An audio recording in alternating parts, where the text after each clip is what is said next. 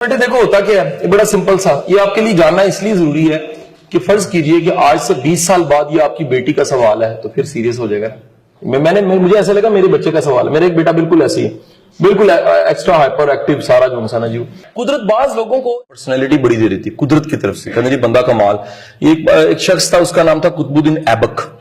उसको यूसुफ सानी कहते थे, शायद आपको पता हो कि ना पता, उसको यूसुफ सानी कहते थे। दुनिया की तारीख में यूसुफ अलैहिस्सलाम एक ऐसी शख्सियत है जो खूबसूरत बड़े थे। उसके बाद अगर किसी को खूबसूरत कहा गया तो वो कुतुबुद्दीन ऐबक को कहा गया। अच्छा, ये कुदरत की ब्लेसिंग है।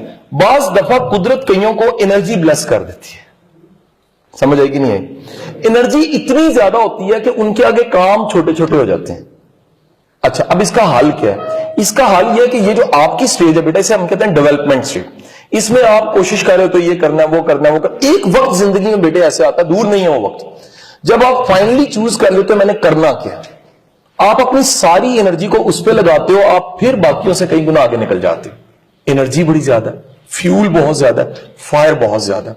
तो कोशिश करो कि अगले दिनों में इस चीज की तलाश जरूर करो, और स्टक हो जाओ तो दुआ मांगो। ये भी बताऊं, जिसके पास एनर्जी ज्यादा होती है उसको टक्करें ज्यादा मारनी पड़ती हैं। और अनकंट्रोल्ड बस जा रही हो तो कई चीजों को लग के फिर वो उल्टेगी शाहकोट के पास जाके तो लेकिन अगर एनर्जी, अगर फर्ज करने के अंदर बस चलती कोई नहीं सी पई तो डिग पई, वो घोड़ा हो सकता है, बस नहीं हो सकती।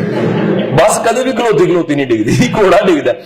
चलती चीज का ज्यादा डर होता है कि वो गिर सकती है। अगर सिमत हो, प्लानिंग हो, तो एनर्जी वाला बंदा दूसरों से आगे निकल जाता है। इसलिए मेरे मुताबिक डफर को कभी टेंशन नहीं होती।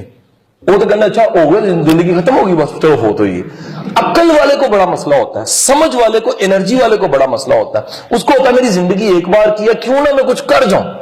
तो वो इतनी एनर्जी होती है और उतनी बड़ी फ्रस्ट्रेशन भी पैदा हो सकती है। तो जरूर जरूर ये तलाश करो कि करना क्या है। बाकी बेटा देखो मेरी बात सुनो, साजगार हालात तो नबियों पैगंबरों को भी नहीं मिले। साजगार हालात दुनिया में है ही नहीं। इस वर्ल्ड में जिसको हम जमीन कहते हैं, इस प्लेनेट पे साजगार हालात नहीं है। इस जमीन पे पौधे को निकलने के लिए पूरी जमीन का सीना चाक करके निकलना पड़ता है कोम्पल को। ये टफ वर्ल्ड है, इसमें ग्रेविटी नहीं आपको पकड़ा हुआ है। आपको जब बुलंद जाना है, आप राइट ब्रॉडरान है, दो भाई हैं, आप हवा में उड़ना चाहते हैं, साइकिल के मैकेनिक है, सारी दुनिया पागल कहेगी, फिर भी आप 8 सेकंड की फ्लाइट ले लेंगे, फिर बड़ी बात होगी और दुनिया में इतना बड़ा इंकलाब आ जाएगा, एरो साइंस आ जाएगी सारी की सारी। आपको बताना ही मैं चाह रहा हूं कि उस एनर्जी को कहीं यूटिलाइज, चैनलाइज कर दो कामों में। काम एक के साथ दूसरा शुरू कर दो। कई लोग मल्टीटास्कर होते हैं, एक से दूसरा काम शुरू कर दो। एनर्जी को प्रोडक्टिव बनाओ, डिस्ट्रक्टिव ना बनाओ।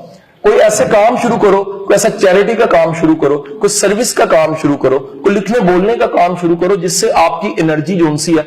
आपको एक तजुर्बा बताता, आप में से कोई उदास होता है? हर दूसरा बंदा होता है, डिप्रेशन सा हो जाता है। अच्छा, उदास होना तो यूनिवर्सिटी के 6 चक्कर लगाए, इंशाल्लाह फिर कभी भी नहीं होंगे। मजा ये थक इतने जाएंगे, आप कहेंगे मेरी टांगों में इतनी दर्द है, उदासी को साइड पे रखे, पहले किसी को दबवाने चाहिए मुझे। याद रखें, जब भी आप अपनी एनर्जी को यूटिलाइज कर रहे हैं ना, आप नॉर्मल हो जाते हैं। ये एक अजीब चीज है। और जब भी आप अपनी एनर्जी को कॉन्टेन करें तो वो एनर्जी आपको तंग करती रहती है। जेब में 200 रुपए पड़ा हो ना, दिल करता है खा लाऊं, खर्च जो है ना तो बंदा कहता है राम आ गए मेरे। सिंपल सा बोली।